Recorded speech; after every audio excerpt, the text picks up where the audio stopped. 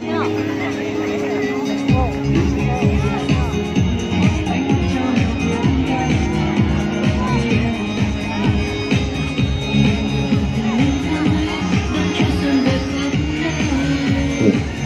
kính thưa toàn thể quý vị, và ở phía bên tay trái, ở bên phía cánh trái sân khấu đang diễn ra ném pa pao cùng tham gia với sự tham gia của các nghệ nhân, các em đến từ các huyện, các trường cùng với đông đảo du khách.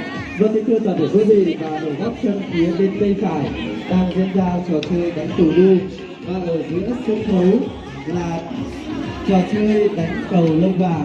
Và kính thưa toàn thể quý vị, và ở phía bên tay phải ở gần sân khấu chính, các nghệ nhân múa kèn của chúng tôi cũng đang được biểu diễn hướng dẫn cho tất cả các bạn trẻ là dân tộc Mông cũng như các du khách cùng trở về với Điện Biên. Xin mời tất cả quý vị chúng ta sẽ cùng trải nghiệm những trò chơi dân gian truyền thống trong buổi sáng ngày hôm nay. Vâng, kính thưa toàn thể quý vị, và ở trước sân khấu chính sẽ là khu giã bánh dày đến từ xã Hua Thanh và xã Đảo Cấu. Và ban tổ chức xin được trân trọng kính mời hai đội sẽ cùng trở về trên sân khấu chính của đội.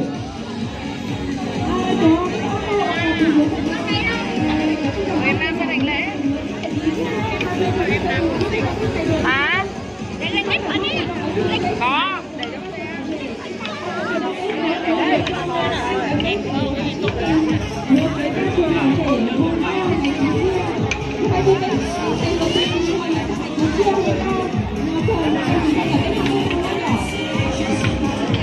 Vâng, kính thưa toàn thể quý vị, và một lần nữa chúng tôi xin được trân trọng thông báo tới toàn thể quý vị, đặc biệt là quý du khách cùng đến với tỉnh Điện Biên, chúng ta đã được tham gia các hoạt động văn hóa văn nghệ vui Tết dân tộc Mông năm 2020.